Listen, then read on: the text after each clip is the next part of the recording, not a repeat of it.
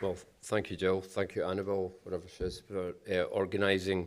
And thank you to SRUK for bringing this congress to Glasgow. I think it is great for Scotland to have representation from such an important charity when it comes to looking after patients with scleroderma. So yes, I'm Colin. I'm a respiratory doc. I don't actually lead the unit in the. I better clarify that in case my colleague, who is the director of, is watching this at some point.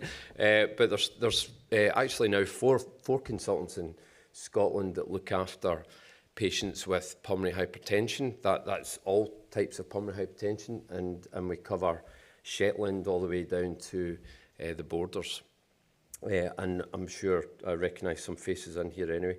But you may have come across the Golden Jubilee that we'll get into in a little bit where we're based. So my remit was really to try and give an overview of what pulmonary hypertension is, and more specifically how it relates to patients with scleroderma. So we're going to go through that, but I'd like to start with a warning.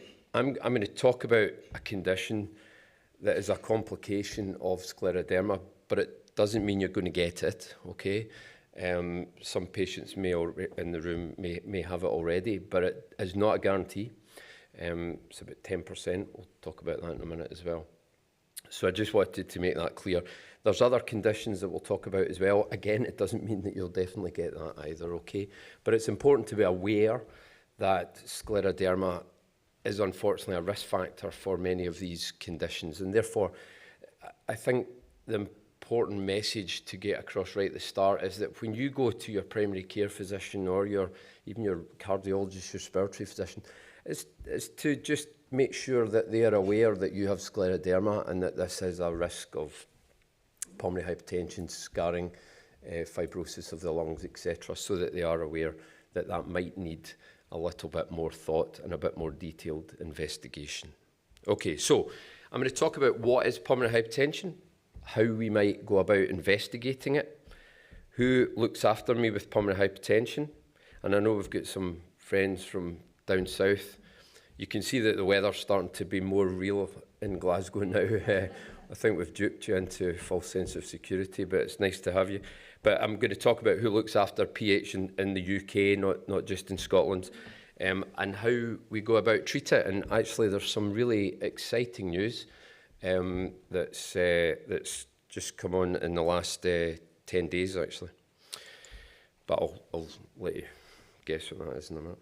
Okay, so as you probably know, scleroderma can affect pretty much every bit of the body.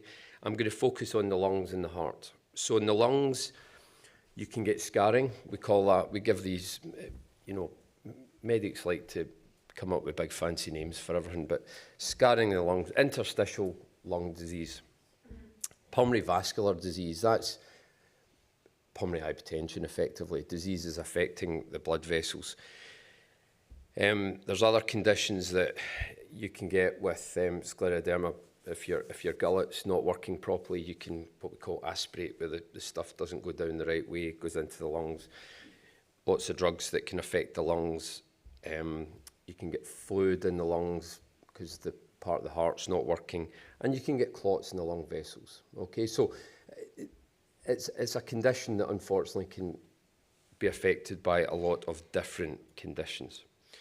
In the heart, the main thing I think to be aware of is pulmonary hypertension, because although people think pulmonary hypertension is a lung disease, and it is, it's a disease of the blood vessels, and the effect is on the heart.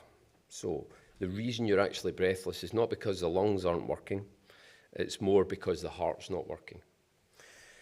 There's left heart disease, and then you can get fluid around the heart as well that can impact on the function as well. Okay, so what is pulmonary hypertension? Well, I always like to describe it as high blood pressure in the lungs. So you know that you go to your GP and you get your cuff put around your arm, and that measures the blood pressure. That's called the systemic blood pressure. That measures blood pressure going to your brain, going to the legs, etc. But the lungs have their own blood supply, and they have their own pressure, and it's a lot different from this blood pressure. Okay, it's not usually as high as that. And that's all pulmonary hypertension means. Okay, it's nothing more fancy than that.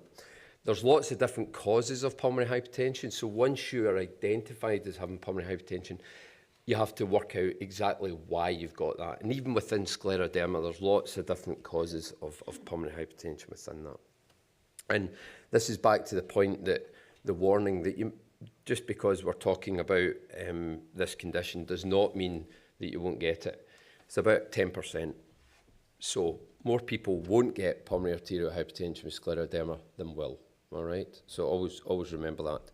But it's common enough that we should look for it, and we should look for it in advance of you developing symptoms, so that we can act early and try and prevent progression and help the symptoms. Okay. Now, what symptoms might I get? Well, the commonest is breathlessness, and it's a classic disease that gives you a thing called exertional breathlessness, i.e. I used to be able to walk up the flight of stairs without any problem. Now I have to stop 3 times to get up there. Or I'm walking up an incline to my daughter's house. I can't do that anymore. I have to stop 3 times. That sort of things. You can get chest tightness.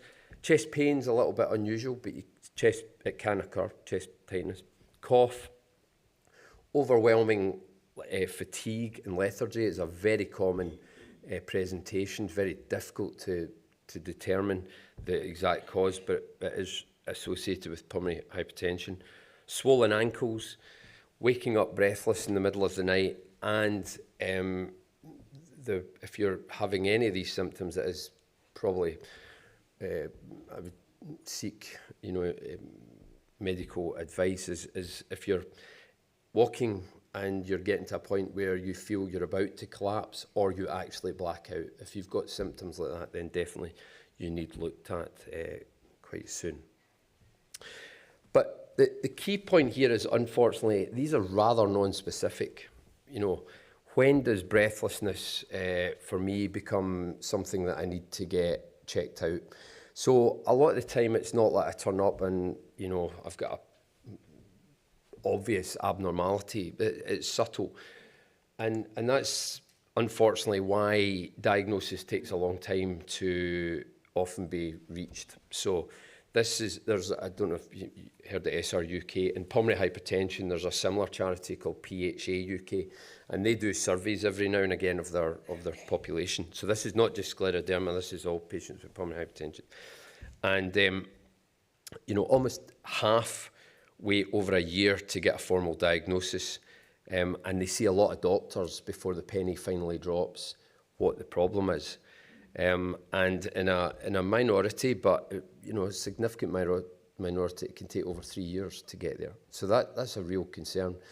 And there's some data that, despite our things like this and increased access to screening, etc., the time bar has not shifted that much from onset of symptoms to diagnosis. If you look back in the data in about the 1990s, it was 2 years. It's not a million miles away from that, unfortunately, so we've still got a lot of work to try and pick that up earlier. So once someone thinks you might have pulmonary hypertension, what might you get done? Well, the most common progress here is that you pitch up to your doctor with symptoms that would be consistent with pulmonary hypertension. The doctor then thinks, oh, you've got scleroderma. Right, we need to think, have you got pulmonary hypertension? Have you got scarring of the lungs? That would be the main things to look for. And they examine you, and there might be some subtle signs that they might find. And then they send you up to the hospital. That can be the respiratory service or the cardiologist. Therein lies a problem, because the cardiologist just looks at the heart. The lung person just looks at the lungs. They don't look at both. And in scleroderma, there's often an overlap. These are a lot of tests. I'll take you through the main ones in a minute or two. And then there's this thing at the bottom called right heart catheterization. Now, that's what we do at the Jubilee, and that's why people come down to the Jubilee, because it's quite a specialist test. And it is the gold standard test for diagnosing pulmonary hypertension, and we'll talk about that in a minute or two as well. But these tests can take a long time, and sometimes the primary care physician might do that. Now, they might do an ECG, chest x-ray, that takes 6 to 8 weeks. Then they think, okay, now I'll refer you up, then it takes another 3 months, etc. You can see how the delays build into the system. But there's some simple tests that are readily available that can often give the clues, and that's an ECG. That's done readily available, and there's some characteristic features, and I'm sure most of you that have scleroderma at one point will have had an ECG. It's a tracing of the electrical activity of the heart. And then if you've got one test to get, and many people will have had as their annual screening, or hopefully have had it as their annual screening, it's this one. It's called an echocardiogram. So it's basically an ultrasound, the thing that pregnant ladies get to look at the baby. It's identical, it's ultrasound, but we're looking at the heart, and we're looking at the heart function. Okay, so this is a normal heart. It's got the right side and the left side. So the heart has the right side that pumps the blood into the lungs. The left side pumps the blood everywhere else, the brain, the lung, the liver, the legs, etc. Pulmonary hypertension affects the right heart, principally. And you can see in this one, this right side, that's the right ventricle, and that's the right atrium. These are the two main chambers of the right side. These are bigger, and they're squashing the left side, so the left heart is smaller. So that's a sign of pulmonary hypertension usually, because the pressure in the lungs that the heart's trying to pump the blood through is high. The heart's starting to struggle, and it starts to dilate because it can't cope anymore. It starts to get bigger. That is the most important test, I think, in screening and identifying patients with pulmonary hypertension. It's not a diagnostic test. It doesn't tell me exactly why you have pulmonary hypertension. It doesn't even tell me you definitely have pulmonary hypertension, but it does tell me you've got a problem that needs further investigation. Then you might go on to have CT scan. That's just a big polymint. You go through, it's a very detailed x-ray. It gives you pictures like this, where you can look at the pulmonary artery. That's the main blood vessel into the lungs. That's the right lung, that's the left lung. And we can look at various measurements there that, again, might identify that you've got high blood pressure in the lungs. We do other tests, cardiac MRI, usually here at MRI for your back, but you can do it for your heart as well. This is the right side of the heart, again, bigger than the left, should normally be the other way about. So again, that's just suggesting there is a problem with the heart, and we use that a lot to try and identify the abnormality. So you can see here, sorry, it stopped working. Maybe if I go back and then forward. So it's contracting and it's pushing this bit, which is called the septum, which splits the right and left into the left. So normally that wouldn't happen. So there's a pressure build up on the right hand side. Now, I mentioned that a lot of the symptoms are when you exert yourself. So we do a lot of exercise-related testing as well. This is called a cardiopulmonary exercise test, where you sit in a static bike and you exert yourself against a ramp of resistance, and we can stress the heart and lungs and try and identify any problems, as well as this one where you just sit and we measure your lung function capacity. Because remember, we're looking to see if you've got pulmonary hypertension, but we're also looking to see as why you might have it. And scarring of the lungs, for example, can sometimes give rise to high blood pressure in the lungs. And that's picked up by such things as breathing tests. We do lots of other things, blood tests as well, scans of the liver, for example, in certain cases. So it's not exhaustive that I've told you about today, but that's certainly the most common test that you might come across.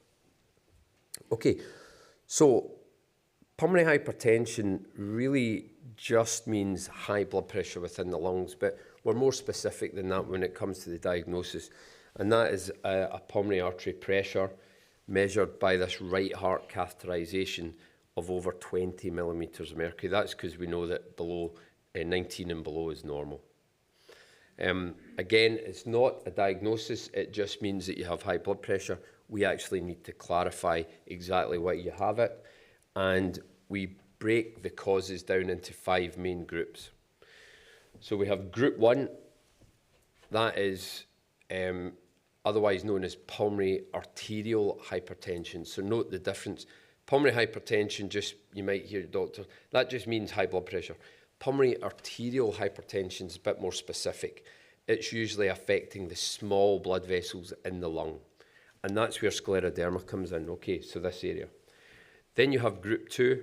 That's the left heart disease. So patients that have had heart attacks or have high blood pressure and the systemic blood pressure, that can affect the left side of the heart, that can then indirectly affect the right heart as well. Group 3, that's the lung diseases. So that's where you've got the scarring processes, for example.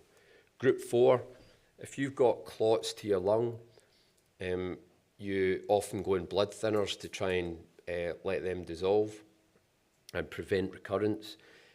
But in a small proportion, about 2 to 4%, they don't go away and they're left as blockages. And again, that impacts on the blood flow through the lungs and can give pulmonary hypertension. And then there's this ragtag bunch, group 5, very rare conditions that can give pulmonary hypertension as well. The predominant ones are, the most common cause of pulmonary hypertension globally is group 2, left heart disease.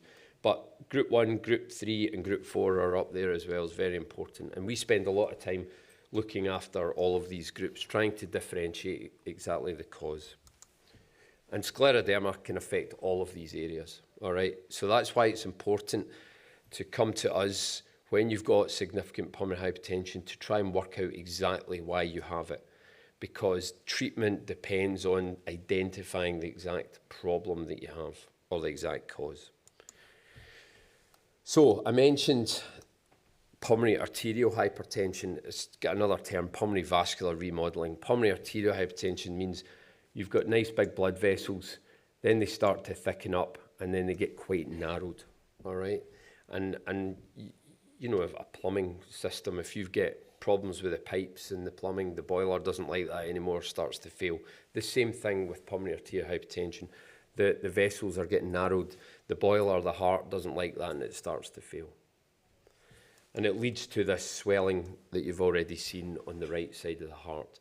And that leads to problems with swollen legs, etc. And intriguingly, and some work that we're hopefully doing with Ariane as well, is one of our fellows is going to try and work out, does this remodeling process that we see in the lungs and the blood vessels there, is it going on elsewhere, and that we might be able to use that as a marker to see if drugs work to change this. And if it changes it here, this is your nail fold capillaries, the small blood vessels, this is normal, this is patient with scleroderma. And the Raynaud's patients, you can see perhaps the drugs might have effect and reverse the changes, and that would be very helpful for us to know that patient might respond to certain treatments down the track. Okay, so who actually should you be going to, or who looks after you for pulmonary hypertension?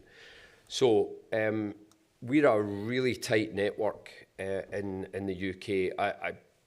I'll blow our own trumpet. I think we are the envy of the world when it comes to looking after pulmonary hypertension, because we are very collegiate and we're also very attuned so that we all know exactly what to do for patients with pulmonary hypertension. That's not the same elsewhere. You go to America, anyone could look in after you for pulmonary hypertension, could give you any sort of treatment. It's not specialist experts that are doing that. So in Scotland, it's us in Glasgow, much to Edinburgh's disgust. We got that. And then you have Newcastle, Sheffield, Cambridge, and then, well, we include Dublin because we like the Irish as well, but we've got lots in London as well, including Great Ormond Street for the kids with pulmonary hypertension. This is us. I should have taken a picture yesterday because it was glorious, and it would have made the Golden Jubilee Hospital look much nicer.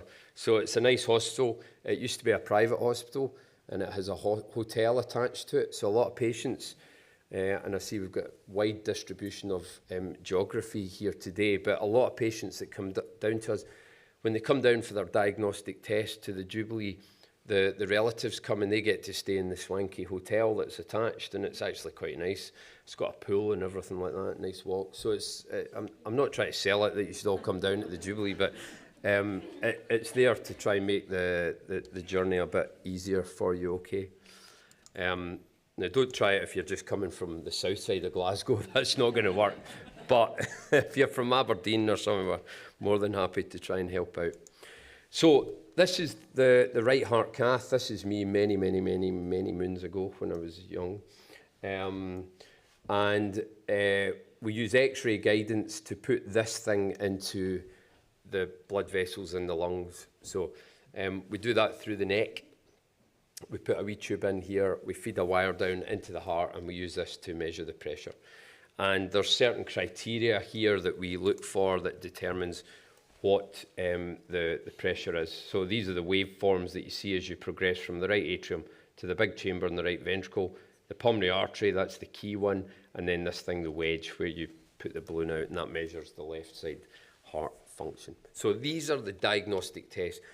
Everyone, when they come down, is absolutely worried about this test, and I get it. We do it every week. I was in the lab yesterday. We did 5 patients. Everyone I asked specifically, because I knew I was coming here today, was it as bad as you thought? And every single one said yes. No, they didn't. They said no. They didn't. They were absolutely fine. And it is just the fear of the unknown. So I'm trying to say, you know, if you know, hopefully you never need this, but if you do, it's a well-tolerated procedure. We've got a whole team. We do this all the time, okay? So we make the diagnosis of pulmonary arterial hypertension. So I'm going to just jump to, this is the group 1 disease. The small blood vessels in the lungs are being affected. What can we do about that? Well, the great news is there's lots we can do about this.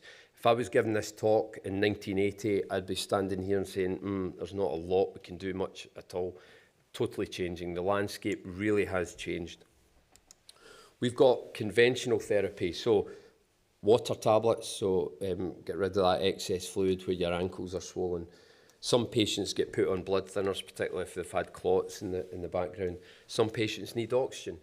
When their oxygen levels are low, the lungs don't like that. The blood vessels actually narrow up and therefore makes it worse. So we give oxygen in certain cases. And then you have the drugs that are now available that specifically try and open up the blood vessels in the lungs. That's the targeted therapy, all right? And we have oral medication, we have inhaled medication, we have more advanced intravenous subcutaneous, and then there is the pathway for lung transplant if all the medical therapies are failing. I just point out, we have gone from referring upwards of 10 patients a year to now maybe 1 or 2 a year. And of those, very few actually end up being transplanted because the drugs are so effective now. It's like cystic fibrosis. I don't know if you're aware of the treatment changes in that disease. It's been revolutionary. Very few now go to transplant. When we see you in the Jubilee, we do this thing called risk stratification. This is where we try and work out your risk of progressing, because that helps inform how aggressive we are with treatment. Do we just use oral medicines or do we use more advanced therapies with intravenous? Because these are all the drugs that we've got available. I'm not going to go through all of them, but they've all got lovely names. And I don't know, sildenafil, that's Viagra. So actually that was the sex drug that revolutionised the treatment of pulmonary hypertension. Actually, I need to put that up, and you should have put that up in the talk. There was a Daily Record headline, "Sex drug changed my life." It wasn't because the impotence had gone, it was because they could breathe, because they actually had pulmonary hypertension had improved. So it really is a remarkable story actually for that.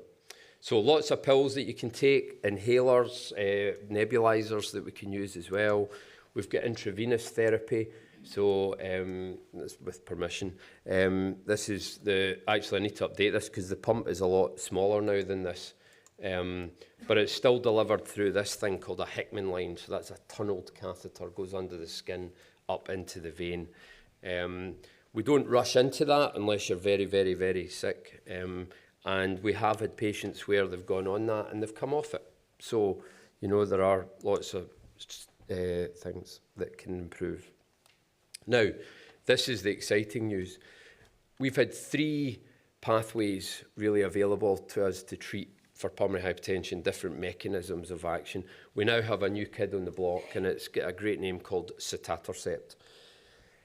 This is a drug that really has shown quite significant improvement in clinical trials, and I think is a game changer for patients with pulmonary hypertension, because I think instead of just opening up the blood vessels, it actually reverses the problem that you've got in the blood vessels. We can't prove that yet, but I think we're working on it. And the good news for pretty much 90% of the tables here, sorry about the back, or is it, in fact, these two, sorry, Scotland has authorised this for use in pulmonary arterial hypertension in Scotland, in certain groups, but it's authorised. NICE have said no, all right? So it's all cost, I'm afraid. It will come. I am sure it will come. It's just we've got in slightly ahead of the curve, which I think is great news for Scottish patients. And of course, just you might have read recently that Scotland's population is dropping off. So if you want to move up to Scotland, please feel free. We actually had one patient move when Selexipag came out from Devon up to Scotland. There was family connections, but because of that, because we had Selexipag in England, and so there is a bit of a postcode lottery, which shouldn't happen, but does just now. So I know NICE, they will look at this, they will get there, but it just takes a bit longer. Okay, I'm running out of time, sorry. Screening. Guidelines suggest that definitely you should look for pulmonary hypertension and scleroderma. So that's patients that are not symptomatic. You should be getting an ultrasound of your heart annually to look for high blood pressure within the lungs. And there's some evidence that if we identify that earlier, then that's better. And that's a range of ECG, echo, blood tests. There's a whole couple of different algorithms that can be used. The important thing is to get something that looks for your looks into the pulmonary hypertension. Left heart disease, I know that's not my remit. I just wanted to make you aware that the left side can be affected and can be independent of pulmonary hypertension as well. Often that's seen by your cardiologist, and there's lots of different treatments for that as well. So that's the other big thing that can affect the heart and scleroderma. So in summary, hopefully I've shown you that pulmonary hypertension is high blood pressure in the lungs. There's a number of different causes, and we need to investigate that. It's the treatment that you get is dependent on why you've got pulmonary hypertension, okay? And those that don't have symptoms should definitely be screening annually. And I know there's problems with availability of echo, etc., but really we should be pushing for that because it's important. And with that, I'm going to stop. So thank you for your attention.